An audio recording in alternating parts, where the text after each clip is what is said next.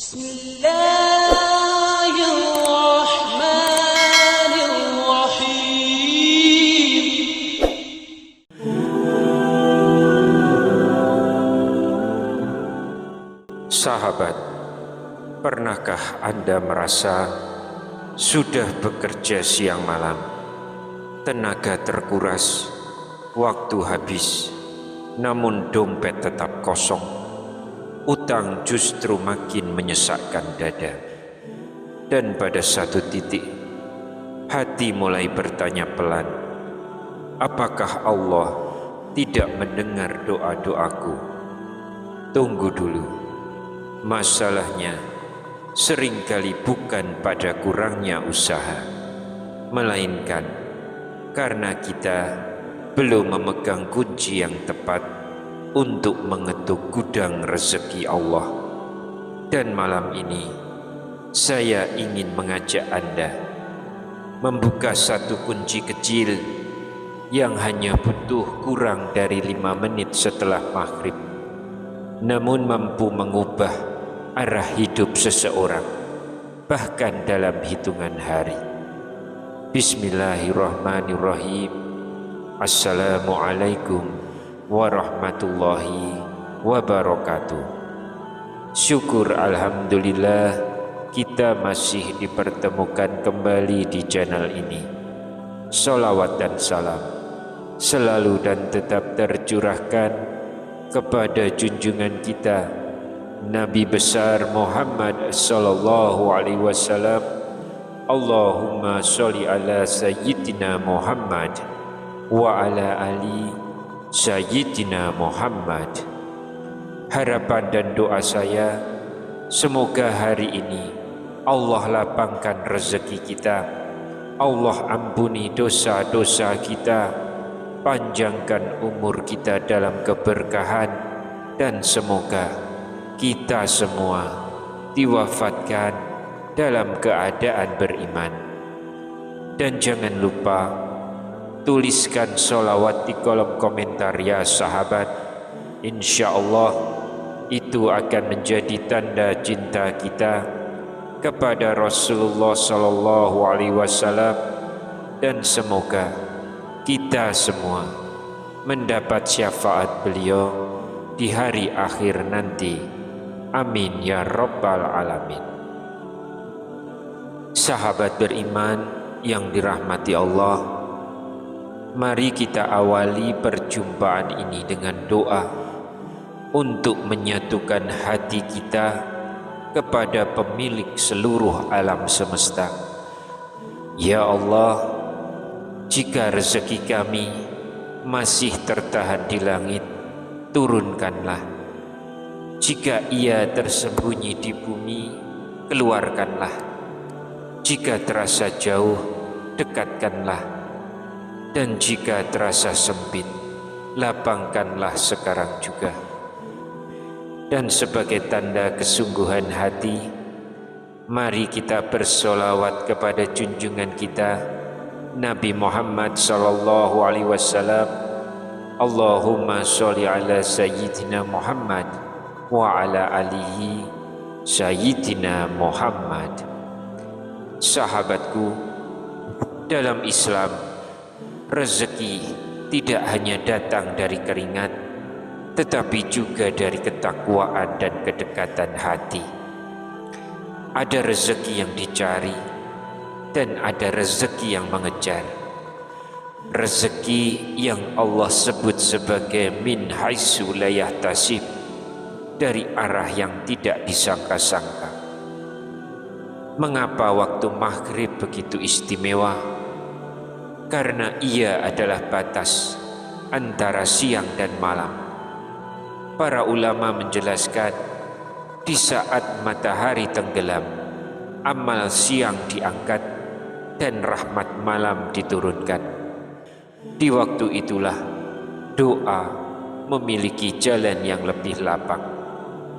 Namun sayangnya, banyak dari kita justru menghabiskannya dengan obrolan-obrolan kosong, layar handphone, atau kelalaian yang tidak kita sadari. Padahal ada satu surah yang sangat pendek, sangat akrab di lisan, namun sering luput kita hayati kekuatannya. Izinkan saya mengajak Anda semua menyelami sebuah kisah nyata. Tapi sebelum kita lanjutkan, jangan lupa untuk like video ini, subscribe channel ini, dan aktifkan lonceng notifikasinya agar sahabat tidak ketinggalan kajian kami berikutnya. Jangan ragu untuk menuliskan doa dan hajat sahabat di kolom komentar. Insya Allah doa-doa tersebut akan kita aminkan bersama, dan semoga Allah Subhanahu wa Ta'ala segera mengabulkan setiap permohonan baik kita. Rasulullah Shallallahu Alaihi Wasallam bersabda, doa seorang muslim untuk saudaranya tanpa sepengetahuannya akan dikabulkan. Di atas kepalanya ada malaikat yang ditugaskan. Setiap kali ia mendoakan kebaikan untuk saudaranya, malaikat tersebut berkata, amin, dan engkau pun mendapatkan yang semisalnya. Hadis riwayat Muslim. Maka mari kita saling mendoakan, semoga Allah mudahkan segala urusan kita di dunia maupun di akhirat. Amin ya rabbal alamin. Sahabat yang dirahmati Allah, izinkan saya mengajak Anda masuk ke dalam sebuah kisah.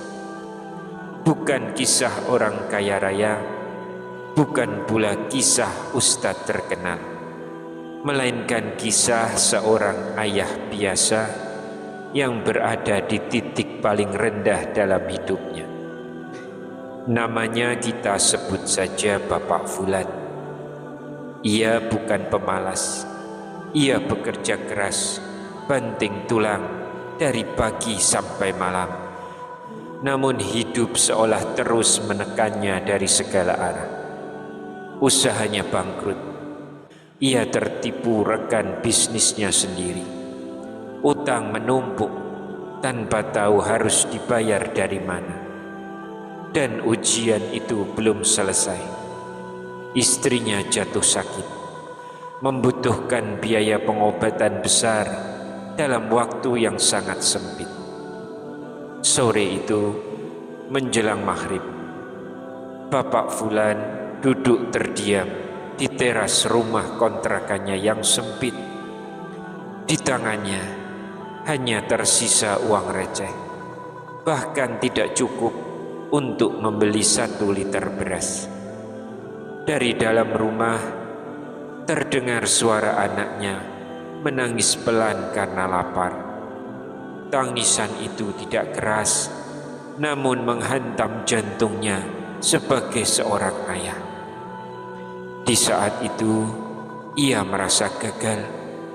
Ia merasa dunia begitu kejam, dan di kepalanya mulai muncul pikiran-pikiran gelap yang seharusnya tidak pantas singgah di hati seorang mukmin. Namun tiba-tiba azan maghrib berkumandang. Allahu Akbar, Allahu Akbar. Suara itu seperti membangunkannya dari jurang putus asa. Dengan langkah berat, ia berdiri dan berjalan ke masjid. Bukan untuk meminta belas kasihan manusia, tetapi untuk mengadu kepada Allah, pemilik seluruh kekayaan. Ia sholat maghrib dengan air mata yang terus mengalir. Setiap bacaan terasa berbeda, terutama ketika lisannya mengucap, Iyyaka na'budu wa iyyaka nasta'in. Hanya kepadamu kami menyembah, dan hanya kepadamu kami mohon pertolongan. Setelah salam, jamaah satu persatu pulang. Namun Bapak Fulan tetap duduk. Ia tidak sanggup untuk pulang karena ia tidak bisa membawa apapun untuk keluarganya. Di saat itulah seorang lelaki tua menghampirinya. Pakaiannya sederhana, bukan orang yang berada, namun wajahnya tenang dan tutur katanya meneduhkan. Dengan suara lembut ia bertanya, "Anakku, apa yang membuatmu menangis sedalam ini?" Bapak Fulan pun bercerita tentang utangnya, tentang rasa takutnya, tentang tenggat waktu yang tinggal beberapa hari lagi. Ia pun berkata lirih, "Saya butuh pertolongan Allah dan saya butuhnya segera." Orang tua itu tersenyum bijak, lalu berkata pelan, "Wahai anakku, Allah itu sangat dekat dan kunci gudang rezekinya ada di Al-Quran yang sering engkau baca." Ia lalu mengingatkan firman Allah, "Wa qala rabbukum ud'uni astajib lakum," yang artinya, "Berdoalah kepadaku, niscaya aku kabulkan." Quran Surat Ghafir ayat 60. Namun ia menambahkan satu nasihat penting. Masalah manusia hari ini bukan karena kurang doa, tetapi karena hatinya ragu saat berdoa. Kemudian ia membisikkan sebuah amalan sederhana, amalan yang ringan di lisan, namun berat di sisi Allah. Ia berpesan, amalkan tepat setelah sholat maghrib. Jangan berpindah tempat, jangan bicara urusan dunia, dan lakukan dengan yakin penuh tanpa ragu sedikit pun. Bapak Fulan pulang dengan hati yang bergejolak. Logikanya berkata, "Mana mungkin bacaan pendek mengubah hidupku?" Namun imannya berbisik, bagi Allah tidak ada yang mustahil. Malam itu setelah sholat maghrib, ia duduk tenang. Ia membaca surah pendek itu sebanyak 11 kali. Tidak ada uang jatuh dari langit, tidak ada tamu datang membawa koper. Namun ada satu hal yang berubah drastis. Hatinya menjadi tenang. Untuk pertama kalinya setelah berbulan-bulan, ia bisa tidur nyenyak. Hari kedua dan ketiga berlalu, ujian justru datang. Penagih utang kembali mengetuk pintu. Istrinya kembali bertanya dengan wajah cemas. Imannya hampir goyah.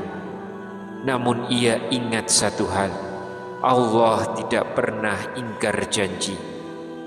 Ia terus istiqomah. Setiap maghrib ia kunci lisannya dari urusan dunia. Ia membaca dengan air mata dan kepasrahan total. Dan tibalah hari keempat, hari paling menegangkan, hari jatuh tempo utang-utangnya. Pagi hingga sore berlalu tanpa kabar baik.